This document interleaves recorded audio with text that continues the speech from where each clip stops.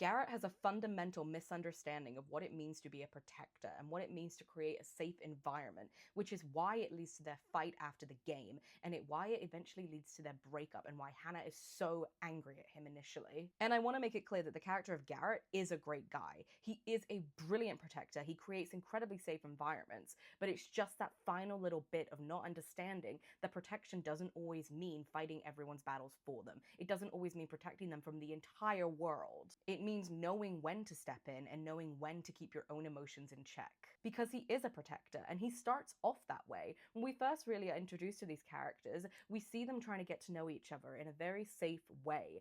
Garrett learns that Hannah doesn't like drinking at parties. She doesn't really like drinking out in the open. And he kind of understands that this must be something a bit deeper, but he doesn't want to push her. He doesn't want to like ask any further. He just tries to make the environment as safe as possible for her. In this way, he's like, okay, I'll watch over you at karaoke. I'll let you do whatever you want to do. I will protect you. I will guard your drinks with my life. He's never pressuring her into doing anything, but he's making it clear that she can be vulnerable if she wants to be. When Hannah tells Garrett about her assault, he is very gentle with her and very understanding and very cautious as to how to proceed with this, because he wants to make sure that he views her as a whole woman, healed woman. He doesn't want to like infantilize her in any capacity, but he also wants to keep her safe. And when we learn about Garrett's own trauma and the fact that he wasn't able to protect his own mother from his father, we understand this more. We understand why Garrett has this almost innate need to keep Hannah safe, to protect her in a way that he's never really had the chance to. But Garrett is also an incredibly angry person, and this is due to his father and the way that his father treated him when he was a child. Garrett has this rage in him, and that is not to say he's a bad person in any way. He has been very good at keeping these emotions in check. He has been very good at not crossing that line at any given point. But he is hot-headed, and he does fly off the handle. We see this in episode 1 when he walks out middle of the game and then he sees Hannah, and that centers him. It doesn't happen often, but it does happen enough to know that anger is a problem of his. And the day that everything goes wrong, Garrett has already had a horrible start to the day. The game is going terribly. He doesn't really understand why Hannah isn't there. He's really worried about her. He doesn't know where she is, and he starts freaking out, and that manifests as anger. He starts chucking his helmet and he storms out of the room. He's really, really angry. He's playing badly. He's playing selfishly. And when he finally sees Hannah, he's just worried about her. He wants to know that she's okay. He wants to know that she's safe, and she tells him that she is, and that she is okay. And to her, she is not lying. Hannah genuinely feels okay to be there. She has worked through her own stuff. She has worked through the knowledge that she has to confront this guy who brutally raped her and was genuinely awful. She has actually come to that conclusion herself that she can do this. She is okay. She has admitted this to herself. She has confronted this and accepted this.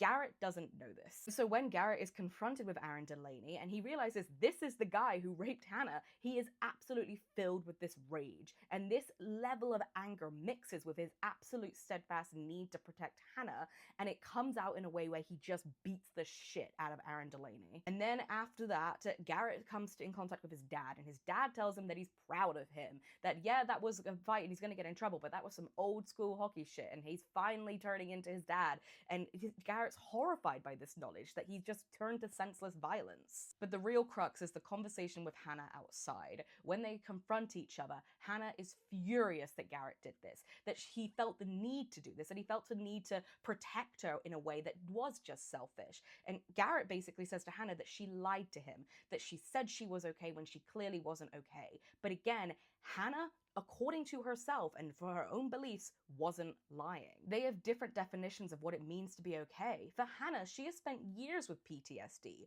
Her level of okay does not look the same as Garrett's level of okay. Her level of okay is a constant kind of continuation of feeling a little bit freaked out when certain things trigger her, and she has to work through that. And so her being okay at that game, her being okay enough to be there for Garrett, is her version of being okay. But that's not what Garrett thinks, and that's because he has a fundamental misunderstanding of what Hannah means when she says that she wants to feel safe.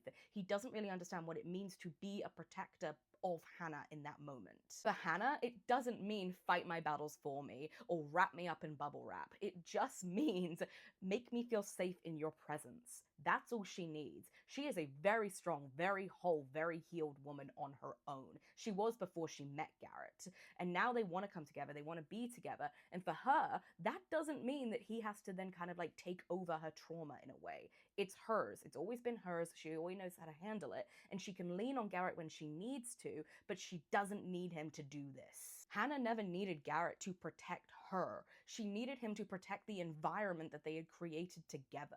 That's what she wanted from him. And that's what she's trying to get across to him in that breakup argument. But Garrett, having talked to his dad and realized that he is prone to violence and outbursts, is now in a spiral of blaming himself, and he's genuinely not listening anymore because he's had probably the worst day of his entire life and just doesn't have the capacity to hear anything else other than his own spiraling thoughts.